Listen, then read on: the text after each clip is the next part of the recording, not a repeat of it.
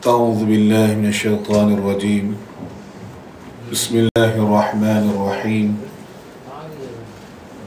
نفتتح هذا المجلس بقراءة سورة الفاتحة. أعوذ بالله من الشيطان الرجيم. بسم الله الرحمن الرحيم. الحمد لله رب العالمين الرحمن الرحيم مالك يوم الدين إياك نعبد وإياك نستعين اهدنا الصراط المستقيم صراط الذين أنعمت عليهم غير المغضوب عليهم ولا الضالين آمين. أحييكم بتحية الإسلام، تحية الإسلام السلام، تحية أهل الجنة، فسلام الله عليكم ورحمة الله وبركاته.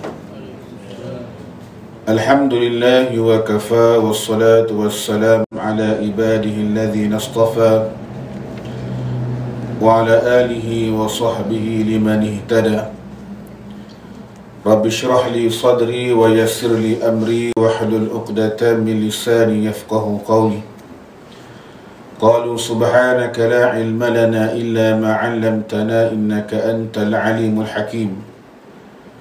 ولا حول ولا قوة إلا بالله العلي العظيم. أما بعد. Alhamdulillah, kita bersyukur kepada Allah Subhanahu wa ta'ala, yang mana pada malam ini kita masih lagi diberikan kesempatan dan kekuatan oleh Allah Subhanahu wa ta'ala untuk sama-sama kita datang ke rumah Allah Subhanahu wa ta'ala. Dan di antara doa yang Nabi SAW sentiasa memohon kepada Allah Subhanahu wa ta'ala, iaitulah Allahumma a'inni ala zikrika wa syukrika wa husni ibadatik. Ya Allah, ya Tuhanku, bantulah aku dalam mengingatimu, bantulah aku dalam mensyukurimu, dan bantulah aku dalam memperelokkan ibadah kepadamu.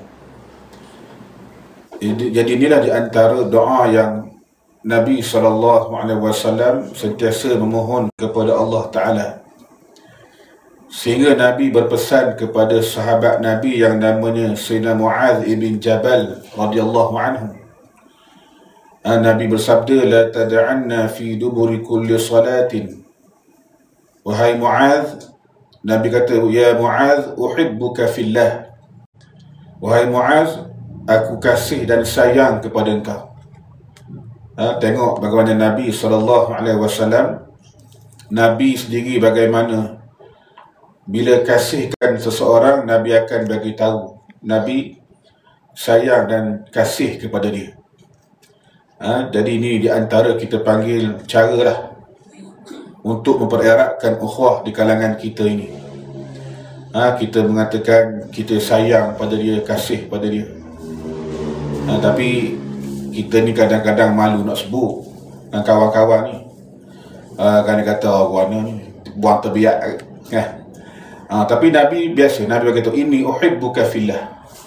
Nabi kata, aku sayang dan kasih kepadamu wahai Mu'adz kerana Allah Ta'ala. Sebagaimana kita juga melafazkan sayang kepada isteri kita, kepada anak-anak kita, kena royak juga sayang ni.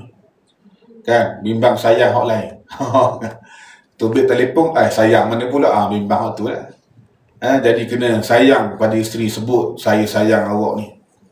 Saya kasih ke awak kerana Allah Ta'ala, sayang pada anak dia, kena sebut tentu saja. Jangan kita tak sebut sebagaimana Nabi sebut benda ni. Nabi sendiri bagi tahu kepada Mu'adz bin Jabal, aku sayang pada engkau. Lalu Nabi kata, la tad'anna fi duburi kulli salatin. Wahai Mu'adz, jangan tinggal tiap-tiap kali lepas daripada kamu salat, doa pada Allah Ta'ala. Lepas semayang Nabi suruh berdoa, jangan gaduh. Gaduh, ialah gaduh nak pergi lain. Kenapa? Kerana doa lepas sembahyang ni mustajab. Antara doa yang Nabi ajar ialah Allahumma inni ala zikrika. Ya Allah, ya Tuhanku, bantulah aku dalam mengingatimu. Ala zikrika. Ingat padamu, ya Allah. Dan juga syukrika. Bantulah aku dalam bersyukur kepadamu, ya Allah. Sebab tu Nabi ni di antara manusia yang sangat bersyukur pada Allah Ta'ala. Nabi doa bagi Allahumma ja'alni syakura wa ja'alni sabura. Doa Nabi. Ya Allah, ya Tuhanku, dari aku di kalangan orang yang sentiasa bersyukur, syakura, sabura, orang yang sabar. Ni Nabi SAW. Jadi kita lagi lah kena minta dengan Allah Ta'ala bantu kita ni dalam mensyukuri Allah Ta'ala dan memperelokkan ibadah kepadamu. Memperelokkan ibadah, mencantikkan ibadah kita. Ataupun bahasa ini mungkin upgrade ibadah kita. Kita naikkan level ibadat kita ni daripada level 1 kepada level 10 sebagai contoh. Mana makam yang tinggi. Sebagaimana kita hari ni dah update telefon semua. Update. Kalau iPhone dia ada iOS.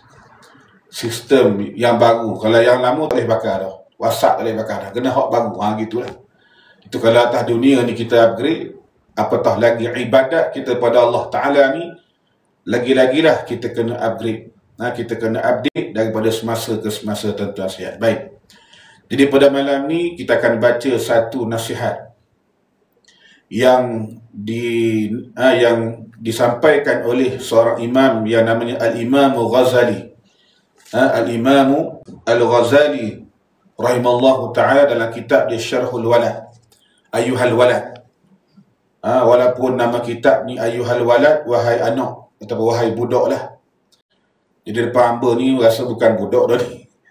Orang tua-tua belaka dah. Tapi hebat Imam Ghazali ni, walaupun dia menggunakan Ayyuhal Walad, nama kitab ni Ayyuhal Walad, wahai anak, tetapi kalimah ni sesuai pada kita.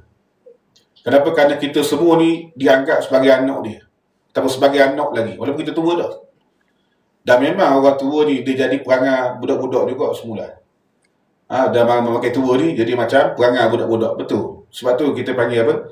Kalimah Ayyuhal Walad ni kena pada semua orang. Tak kira lah budak kecil ke, pada orang dewasa, orang tua ke, kalimah ni memang dari sudut kita panggil apa, cara Imam Ghazali nak menyampaikan itu kena. Supaya kita ni mengambil perhatian akan nasihat yang disampaikan oleh Al-Imam Al-Ghazali rahimallahu ta'ala. Baik. Jadi kata dia, khulasatul ilmi an ta'lama anna ta'ata wal ibadata mahiyah. Sebagai dikata satu khulasah, satu kesimpulan. Kita kena tahu apakah makna taat dan apakah makna ibadat pada Allah Ta'ala. Kena tahu apa taat ni benda apa. Bila sebut ibadah ni, apa perkara ibadah ini. Ini dia. Jadi dia mengatakan i'lam anna ta'ata wal ibadata mutaba'atu syar' fil awamiri wan nawahi bil qawli wal fi'li. Dia mengatakan ketahuilah bahawasanya taat dan ibadat itu ialah mengikuti aturan Allah Ta'ala pada segala suruhan, larangan dan perbuatan. Bila sebut ketaatan dan ibadat ni, mana apa kita ikut benda yang syarak suruh kita buat. Benda yang Allah suruh kita buat. Benda yang dari sudut arahan Allah Subhanahu Wa Ta'ala ni, walaupun benda tu benda yang sunat ke, benda yang apatah lagi benda yang wajib, kita lakukan perkara itu. Ini dipanggil sebagai ibadah. Ketaatan kepada Allah Subhanahu Wa Ta'ala. Sebab itulah tuan-tuan sekalian, bagaimana bila sebut ibadah ni, dia bukan hanya kita panggil bukan hanya sekadar kita melaksanakan arahan saja. Bahkan setiap perkara yang Allah suka, setiap perkara yang Nabi suka, dikira sebagai ibadah. Ibadah ni dia benda Allah suka, Allah redha. Tu nama ibadah. Allah suka apa? Allah suka kita innallaha yuhibbul muhsinin. Allah suka kita berlaku ihsan kepada orang. Itu ibadah. Bila kita buat kebaikan, kita buat benda-benda yang baik kepada orang, itu satu ibadah. Benda yang Allah redha pada kita ni. Radiyallahu anhum wa radu'an. Allah redha kepada para sahabat-sahabat. Kenapa? Para sahabat ni melaksanakan Islam, memperjuangkan Islam, maka Allah redha kepada mereka. Satu ibadat. Maka ibadat ni satu perkara yang besar, tuan-tuan. Dan juga melakukan bukan sahaja perintah Allah Subhanahu wa taala, mutaba'atu syari' fil awamir, bahkan wan nawahi. Mana kita ikut, kita tidak bercanggah dengan larangan-larangan yang Allah Taala bagi tahu kepada kita. Mana kita meninggalkan larangan Allah Taala ni dikira sebagai ibadah. Mana kita tak minum arak, itu dikira ibadah. Tak melakukan zina, itu dikira ibadah. Tidak melakukan apa lagi, perbuatan-perbuatan maksiat dikira sebagai ibadah. Maknanya tuan-tuan, bila kita tinggalkan perkara itu dikira ibadah sebenarnya. Ada orang baru tahu, macam pelajar-pelajar di rumah hamba di UiTM. Bila sebut tidak melakukan maksiat ni dikira ibadah, terkejut dia. Lah ingat ke tak buat tu tak ada apa? Tak buat tu tuan-tuan dapat pahala. Bila kita tinggalkan maksiat kerana Allah Ta'ala ni, boleh pahala pada kita. Ni hebatnya. Kita panggil dalam Islam ni. Sebab itulah bagaimana kita hari ni, segala kerja buat kita ni, tuan-tuan, bahkan bukan sekadar perkara yang berbentuk arahan, larangan, bahkan perkara yang harus. Perkara yang harus, sebagai contoh, makan, minum, tidur dan sebagainya, ini perkara yang harus kita buat hari-hari. Pergi kerja, balik kerja. Jadi perkara ini pun kalau kita niatkan kerana Allah Subhanahu wa taala, dikira sebagai ibadah. Kita makan tadi, niatkan apa? Kerana nak beribadat pada Allah, maka boleh pahala makan kita. Beza dengan orang kafir, dia makan sekadar makan. Tapi kita makan, kita niat, ya Allah aku makan ni, baca bismillah, niat ibadah. Boleh pahala. Kita makan, boleh pahala. Kita minum air, boleh pahala. Kita mari datang masjid dengan niat ibadah, dapat pahala buat kereta. Kita pergi ke tempat kerja kita, pukul 7.30 pagi, 8 pagi, jam, hadap jam. Sampai tempat kerja pukul 8 pagi, kita clock in, masuk ke tempat kerja. Kadang-kadang clock in dah, tuan tak ada lagi. Setengah-setengah tu di clock in dah. Kalau tengok kawan-kawan kita duk cerita dah. Kalau tengok tengok dalam sistem ni, clock in belaka dah. Pukul 8 tu ada gambar dah mari ni. Maka clock in belaka dah, mana masuk dalam jabat dah. Tapi kereta seperti habuk tak ada. Dia clock in dulu. Tu big pula tuan-tuan saya. Pak buat ni macam-macam style bapak ni. Dia nak cerita bagaimana kalau kita mari tadi clock in pukul 7, 8 pagi, balik pula 4.30, 5 petang. Kalau kita niat, kita pergi kerja kerana ibadah, kerana Allah Ta'ala, kita boleh pahala sepanjang kita buat kerja. Tapi kalau tak niat ibadat, tuan-tuan, pergi sajalah kita. Rugi, tak dapat pahala. Sebab itulah, segala perkara kita ni, kalau ikutkan, kebanyakannya, kalau kita niat kepada Allah Ta'ala ni, kalau kita buat, ada niat yang ikhlas kerana Allah Ta'ala, maka kita akan mendapat pahala beribadat kepada Allah Subhanahu wa Ta'ala. Ini disebut oleh Imam Ghazali, bagaimana pentingnya kita ni melaksanakan arahan Allah Ta'ala pada arahan dan juga larangan bil qawli wal fi'li, pada perkataan dengan perkataan dan perbuatan kita. Yakni kullu ma taqulu wa taf'alu wa tatruku qawlahu wa fi'lahu yakunu biqtida'i syara'. Kata Imam Ghazali, yang segala apa yang kau katakan dan segala apa yang kau buat dan yang kau tinggal hendaklah mengikut peraturan syariat. Jadi segala benda yang kita buat, tinggal ni, kena ikut peraturan syariat ni. Benda apa yang syariat suruh kita buat. Macam-macam syariat suruh kita buat ni, macam-macam benda. Dari sudut ibadatnya, muamalatnya, dari sudut ekonominya, macam-macam benda yang syariat suruh, kita ikut saja. Mana kita ikut benda yang syariat suruh, kita tinggal tu mesti berpandukan kepada syariat. Kama law sumta yawmal 'idi wa ayyam at-tashrik takunu 'asiyan. Yang mana begitu pula halnya seandainya engkau dikata ia akan menjadi dosa seperti halnya bila engkau berpuasa di hari raya dan hari-hari tasyrik, maka engkau telah melakukan kemaksiatan. Yang mana kalau kita tak ikut syariat, kita boleh dosa. Sebagai contoh, bila contoh orang tadi puasa pada hari raya, puasa pada hari raya dan juga pada hari-hari tasyrik, hari 11, 12, 13 bulan apa? Bulan apa? Zulqa'dah ke Zulhijjah? Zulhijjah. Takut ada kata bulan Zulqa'dah.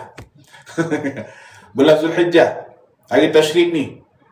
Mari pula kita rasa warak nak puasa hari raya dengan hari tasyrik. Ni dosa, tuan-tuan sekalian. Antakunu 'asiyan. Jadi orang ni melakukan kemaksiatan kepada Allah Ta'ala. Kenapa? Kerana dia melakukan ibadah dengan tak ikut syariat. Syariat tak suruh puasa hari raya. Pasal hari tu hari raya, hari gembira umat Islam, jangan puasa. Begitulah hari-hari tasyrik pun sama. Hari-hari tasyrik ni yang mana hari bergembira, hari raya bagi umat Islam. Jadi tak disuruh kita berpuasa pada hari-hari tersebut. Maka kita ikut syariat suruh. Ni sebagai contoh.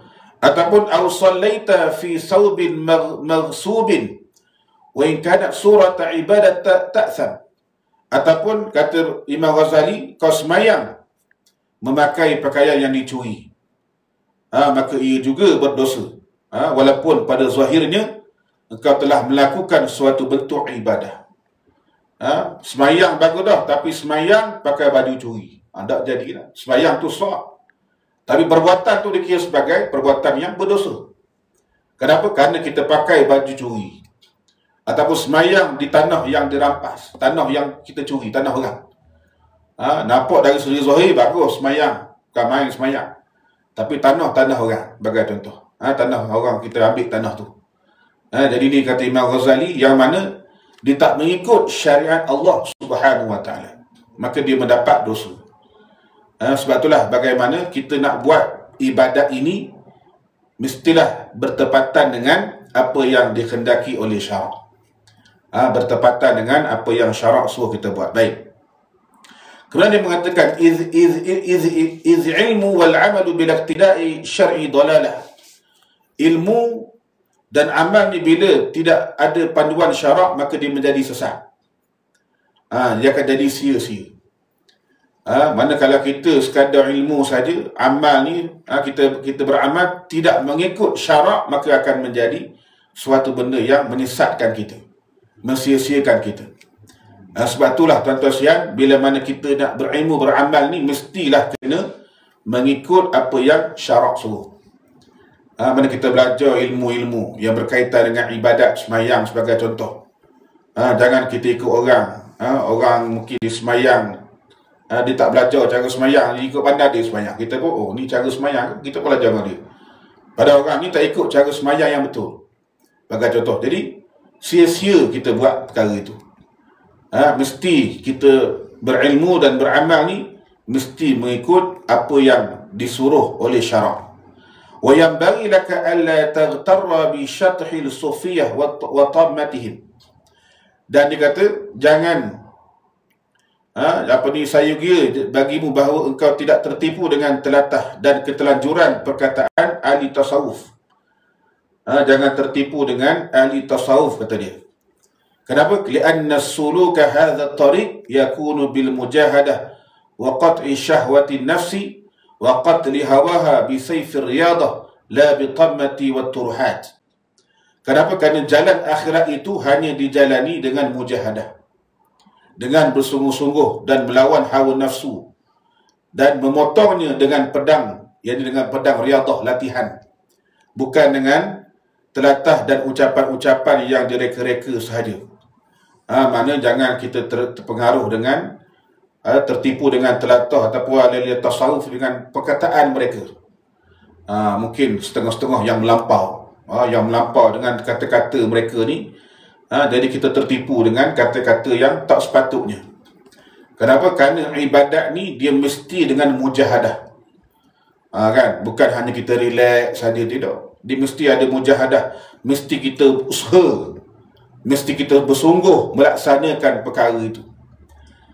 Dengan cara kita penat, bukan dengan cara kita habis duit ke untuk ibadat ni dan sebagainya. Jadi mesti ada mujahadah. Kenapa? Kerana jalan akhirat ni dapat dijalani dengan mujahadah, bersungguh-sungguh dengan melawan hawa nafsu tadi itu. Sebab itulah kata siapa ni, kata Al-Imam Sayyidina Ali karamallahu wajhah, dia kata apa? Nak potong kita nak potong, maksudnya nak dapatkan akhirat ni, tuan-tuan sekalian, dia kena potong kita punya ni di atas dunia. Maksudnya kena berjaga malam sebagai contoh, kena bangun malam. Mana waktu malam ni kita isi dengan ibadat kepada Allah Subhanahu Wa Taala. Jadi bagi siapa yang didapat bangun malam ni, dia dapat memotong akhirat dia. Maksudnya akhirat dia tu dia akan selamatlah. Kenapa? Kerana dia orang yang bersungguh-sungguh. Mana pada waktu malam orang tidur sebagainya ni, dia boleh bangun baca Quran sebagai contoh. Dia boleh bangun berzikir kepada Allah Ta'ala. Dia boleh istighfar kepada Allah Ta'ala.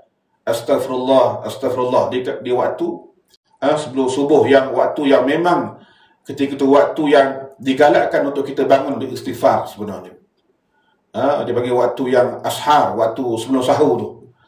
Ni waktu sahur tu. Dia waktu yang kita elok kita istighfar kepada Allah Ta'ala. Jadi nak potong, nak dapatkan akhirat tadi tu, nak potong, kenapa? Akhirat ni dia panjang. Nak potong benda tu, tuan-tuan sekalian, kena nak singkatkan akhirat kita ni, mestilah kena mujahadah. Mesti dengan cara kita usaha di atas dunia ni. Baik. Bukan hanya dengan ucapan-ucapan, sekadar dengar benda yang seronok dan di kalangan ahli tasawuf saja. Baik. Dan dia mengatakan wa'lam anna al-lisan al-mutlaq wal qalb al-mutbaq al-mamlu'a bil ghaflati wasyahwati alamatu syaqawah. Dan ketahuilah bahawasanya lidah yang tidak dikawal dan hati yang tertutup dan dipenuhi dengan kelalaian dan syahwat adalah merupakan tanda kecelakaan seseorang. Maknanya apa? Lidah yang kita tak jaga, hati yang tertutup ni, yang penuh dengan lalai ni, tuan-tuan sekalian, syahwat ni, tanda celakanya kita. Sebab itulah di antara perkara yang penting kita pada hari ni, kena menjaga, kena kawal lidah kita. Kenapa? Kerana lidah ni satu-satunya anggota yang Allah berikan peluang untuk dia di atas dunia ni. Semua anggota ni tak ada peluang lagi di atas dunia. Mana tak boleh cakap. Atas dunia tidak boleh cakap dah. Peha tak bercakap, kaki tak bercakap, tangan tak bercakap. Yang boleh bercakapnya hanya lidah kita saja. Jadi atas dunia ni Allah beri lidah, mu cakaplah atas dunia. Tapi di akhirat Allah akan kunci lidah kita. Al-yawma nakhtimu ala afwahihim wa tukallimuna aydihim wa tashhadu arjuluhum bima kanu yaksibun. Bila sampai hari akhirat nanti, bagaimana Allah akan kunci lidah-lidah kita ni. Allah akan kunci mulut kita ni. Al-yawma nakhtimu ala afwahihim. Kemudian wa tukallimuna aydihim. Yang akan bercakap ni tangan. Sebab tangan atas dunia tak bercakap. Kaki tak bercakap, peha tak bercakap. Maka akhirat yang inilah yang akan bercakap bagi pihak kita, sebagai saksi apa yang telah kita lakukan di atas dunia ni. Sebab tu tuan-tuan sekalian, bagaimana Imam Ghazali pesan, kawal lidah kita. Kawal percakapan kita. Jaga mulut kita ni. Supaya apa? Tidak kita menjadi orang yang dihisap di akhirat dengan hisap yang payah. Ni sebab itulah tuan-tuan sekalian, lidah yang ada ni guna kepada kebaikan. Gunakan dengan kita basah dengan zikrullah. Kita basah dengan membaca ayat-ayat Allah Subhanahu Wa Taala. Supaya apa? Supaya menjadi suatu hujah kepada kita di akhirat. Bagaimana kita telah menggunakan lidah tadi itu untuk menggunakan kepada ketaatan kepada Allah Subhanahu Wa Taala. Dan hati yang tertutup juga. Hati yang tertutup dan penuh lalai dan syahwat ni tanda celaka orang. Bila hati tertutup, hati dikunci, maka tanda lalai lah tu. Sebab tu hati ni tuan-tuan sekalian, kita kena sentiasa buka. Kena sentiasa memohon kepada Allah Ta'ala ni supaya hati kita ni sentiasa nak kepada hidayah Allah Ta'ala. Hari-hari kena rasa benda tu. Hati ni kena nak pada hidayah, nak kepada perkara-perkara yang Allah suruh kita buat. Kalau hati ni tidak ada perkara itu, dia tanda celaka. Tak rasa nak mari semayang, tak rasa langsung, hati tak ada rasa, Allah Rabbi, bimbang tuan-tuan sekalian. Kalau hati ni tertutup, tak ada rasa nak mari semayang bang, sebagai contoh lah. Sehari 5 kali Allah panggil kita, tapi 5 kali ni pun tak mari langsung semayang. Semayang pun mungkin semayang seorang diri, semayang juga, tapi tak terasa nak mari semayang jemaah ke. Ini kita bimbang, hati tertutup. Apatah lagi kalau tak semayang terus. Tak semayang terus, tak semayang. Semayang tu bila? Hari Jumaat baru semayang. Pasal apa? Pasal ada hari Jumaat. Kalau tak ada hari Jumaat, tak semayang. Ini ramai tuan-tuan sekalian, ramai. Kalau tanya-tanya setengah orang tu, dia mari hari Jumaat, dia semayang. Malu dengan Kristian. Malu dengan apa? Kristian, betul-betul sian. Pokok dia ni setara kita panggil orang kafir lah, kan? 2-3 kali juga cara dia semayang tu. Mana dia mari gereja tu.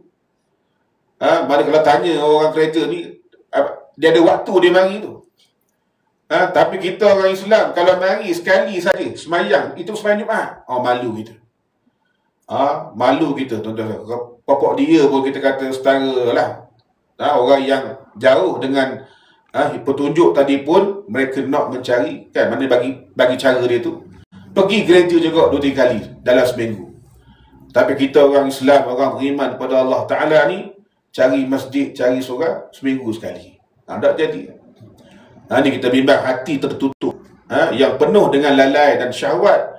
Ni tanda celakanya orang itu. Jadi tanda orang tadi tidak mendapat kecelakaan, hati dia terbuka.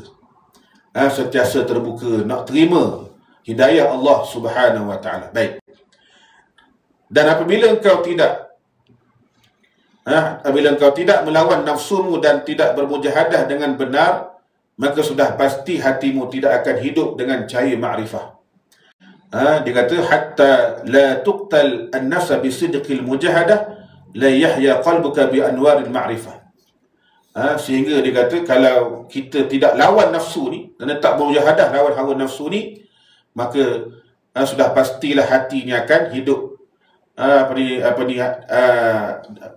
Kalau kita lawan hawa nafsu ni, tak mujahadah dengan benar, maka pasti hati ni tidak akan hidup dengan cahaya ma'rifah. Betul tak? Imam Ghazali kata, kalau tak lawan ni, memang hati ni tidak akan hidup. La yahya qalbuka. Jadi hati nak bagi hidup, mesti lawan nafsu tadi tu. Lawan, tuan-tuan sekalian. Lawan nafsu kita ni supaya apa? Nak dapat cahaya ma'rifat Allah Subhanahu Wa Ta'ala ni. Tu memang cara dia, kita panggil apa? Nak mendapat nur ni mesti dengan kita mujahadah. Sebab tu Allah Ta'ala mengatakan, walladzina jahadu fina lanahdiyannahum subulana. Walladzina jahadu fina, Allah bagi tahu, walladzina jahadu fina, orang yang bermujahadah, orang yang berjihad, bermujahadah di jalan kami ni, kami akan lanahdiyannahum subulana, kami akan berikan petunjuk pada mereka. Sebab tu tuan-tuan sekalian, bagaimana nak dapat petunjuk ni pada Allah Ta'ala ni, kita kena mujahadah. Makin tinggi mujahadah kita kepada Allah Ta'ala, makin tinggi hidayah petunjuk Allah beri pada kita. Ini mesti kena cari, mesti kena mujahadah nak dapat petunjuk Allah Subhanahu Wa Ta'ala ni. Kalau tak ada mujahadah, tak ada petunjuk.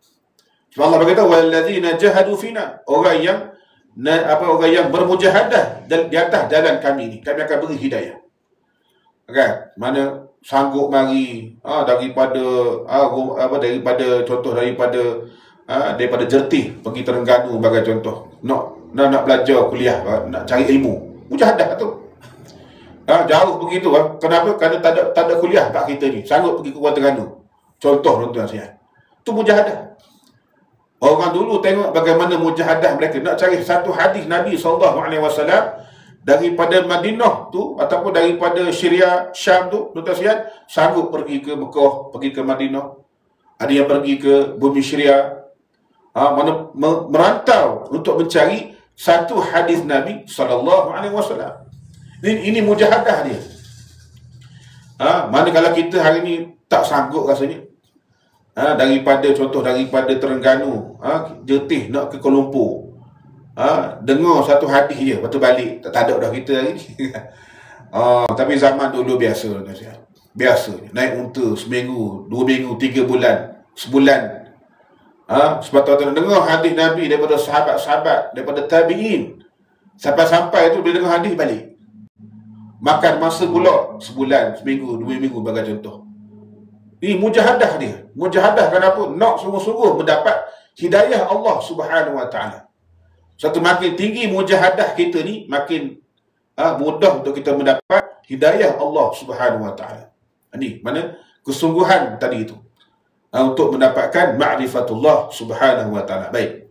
Kemudian kata Imam Ghazali, wa'lam anna ba'da masailika allati sa'altani anha la yastaqimu jawabuha bil kitabati wal qawli.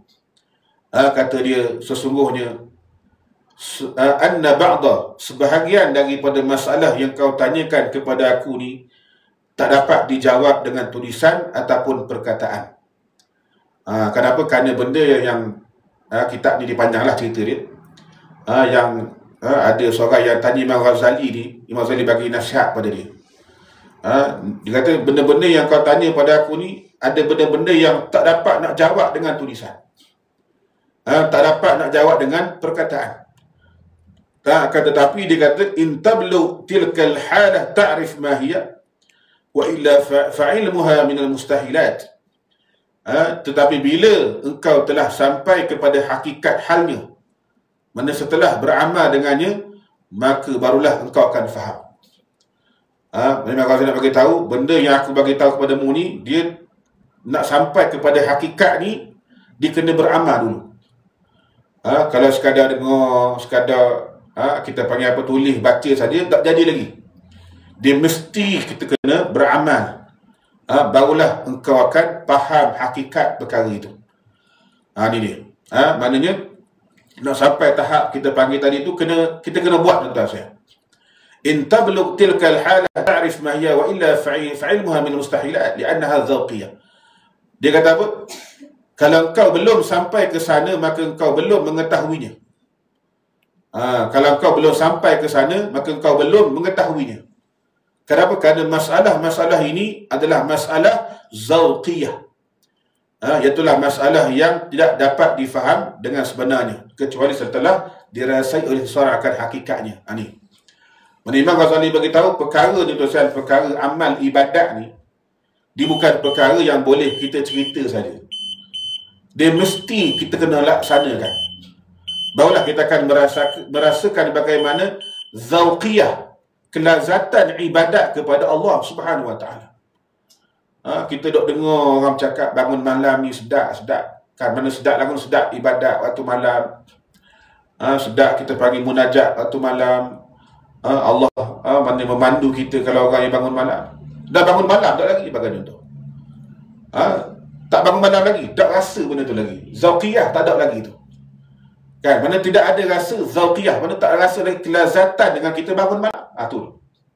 Ataupun sebagai contoh, orang yang duduk dalam majlis ilmu, dia akan rasa zauqiyah dalam majlis ilmu tu. Sehari tak rasa majlis ilmu ni, Allah tak sedap duduk tak jadi. Selebih kalau orang yang sekadar kita bagi dengar tahu majlis ilmu ni bagus sebagainya, tapi tak mari, dia tak rasa zauqiyah tu lagi, kelazatan itu. Sampai tahap tuan-tuan sekalian, kalau orang yang rasa ada zauqiyah ni, dia akan jadi kita panggil apa, seronok lah buat amal ibadat. Kadang-kadang kadang orang yang jenis minat baca buku, baca kitab ni, tuan-tuan sekalian, duduk atas tangga, ada seorang, tak ingat siapa dia, ulama, dia duduk dalam maktabah ni, dalam perpustakaan ni, tuan-tuan sekalian, duduk baca atas tu, dia tak sedar 2-3 jam duduk atas tangga tu. Orang tua duduk, tapi duduk atas tangga. Mana sampai dah turun-turun, sedap duduk atas tu, baca rupanya. Tak berasa. Tak berasa nak turun lagi tu. Pasal apa? Sedap baca ni. Ni. Dok belek-belek, oh sedap ni. Gitulah ada zauqiyah tu. Jadi benda ni kita kena, nak dapat zauqiyah ni, kita kena buat dulu. Kena rasa dulu. Kenapa? Kerana dia kata apa? Kullu ma yakunu zauqiyan la yastaqim bil qawli. Setiap perkara yang ada zauqiyah ni, dia tidak akan jadi dengan sekadar bercakap saja.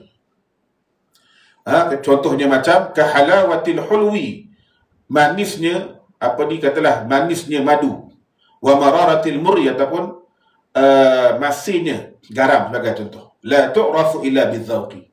Tak dapat kita tahu melainkan dengan kita rasa. Orang dah kata madu ni mani, madu ni mani. Rasa tak pergi madu? Tak haji boleh. Tak boleh cakap saja, dia tak jadi. Kena rasa dulu. Kena terang dulu. Betul sungguh madu ni mani sungguh. Sedap madu ni. Bagi contoh. Dengar apa ni garam ni masing. Kan? Garam masing ke? Dengar saja. Tahu garam ni masing. Tapi rasa tak lagi? Tak rasa lagi. Maka tak jadilah tuan-tuan sekalian.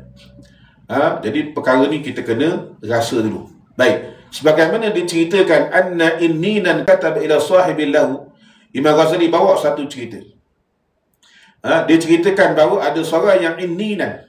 Inni ni orang yang mati pucuk. Orang yang mati pucuk. Anna inninan dia panggil innin, ataupun bahasa Arab dipanggil mati pucuk lah. Kataba ila sahibil lahu, dia tulis surat pada kawan dia. Imam Ghazali cerita ni. Tulis surat pada kawan dia. Dia kata apa? An arifni lazzatal mujama'ati kaifa takunu. Dia kata cuba ayat pada akulah bagaimana kelazatan kelazatan apa kita panggil bersama dengan isteri ni. Macam mana kelazatan?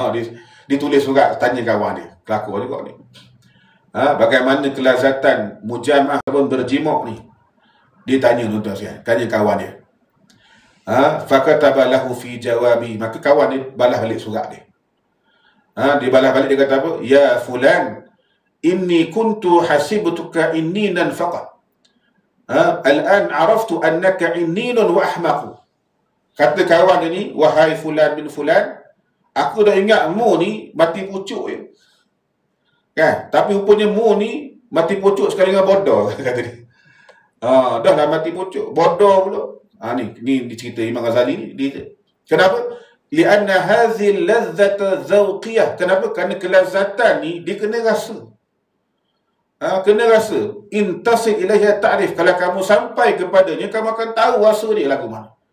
Ni barang dia lah. Kan rasa ni sekadar cerita-cerita sedap tak jadi. Dia kena rasa dulu. Ni dia.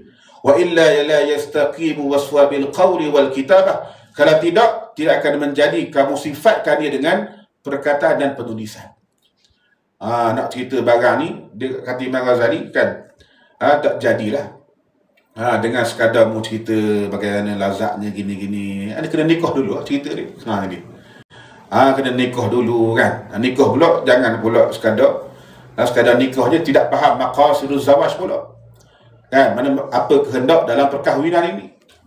Kerana banyak akhir zaman perceraian berlaku dengan sebab dia tidak faham maqasiduz zawaj.